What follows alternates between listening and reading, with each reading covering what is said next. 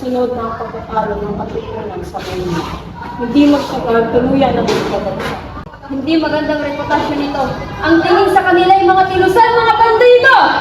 Sa tingin ko, walang kakayahan si Bonifacio para pumuluan ng revolusyon.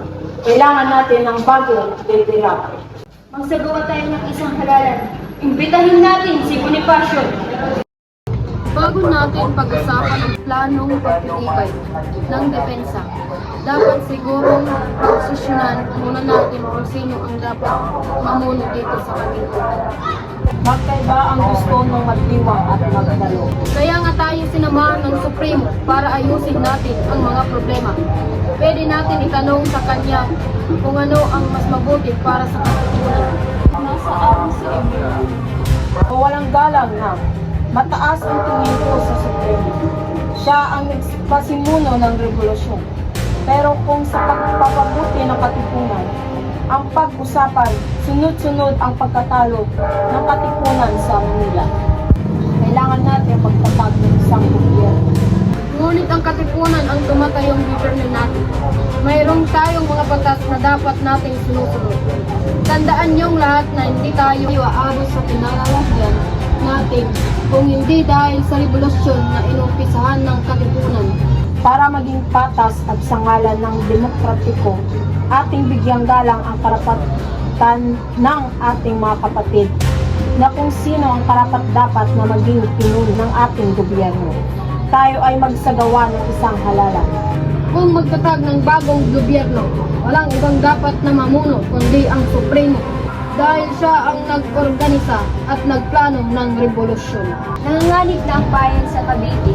Kung tiwalang Supremo sa kanyang kakayahan, walang dahilan para hindi magdaos ng halalan at para marinig ang busis ng nakararami. At ang nanalo bilang presidente, si Emilio Aguinaldo. Magandang regalo ito para sa kanyang kaarawan.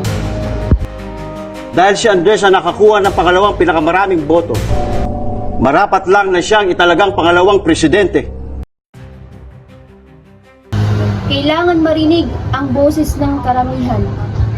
Bilang Direktor de Guerra, Emiliano de Dios. Bilang Direktor de Interior, Andres Bonifacio.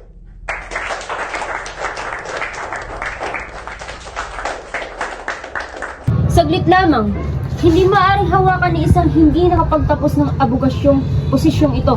Alam naman nating lahat na si Andres Bonifacio ay hindi nakapagtapos. Ano sa tingin ninyo? Magagambanan ba ito ng isang taong walang pinag-aralan? Kiruna, kanina mo pa ako iniinsulto. Hinahamon mo ba ako? Kung naging usapan, magkasundo tayo na gagalangin natin ang kalalabasan ng halalang ito. Pero kayo na rin ang sumira ng usapan.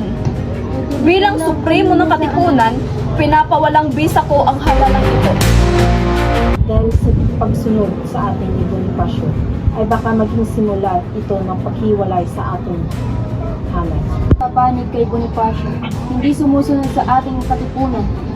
Sigurado akong magiging hadlang sila sa ating mga plano. Hindi natin magagawa ang gusto natin sa bayan. Kapag hindi natin tinanggal si Bonifacio, bukod sa Kastila, baka maging kalaban pa natin ang katipunan. Dakpin si Andres Bonifacio. Tayo ay hinahatulan ng parusang naaayon sa inyong mga kasalanan.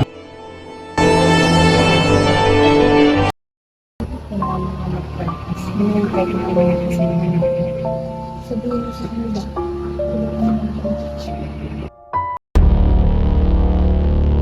Pagpuminhin mo na kapatid, kami ay tumutugon na sa utos.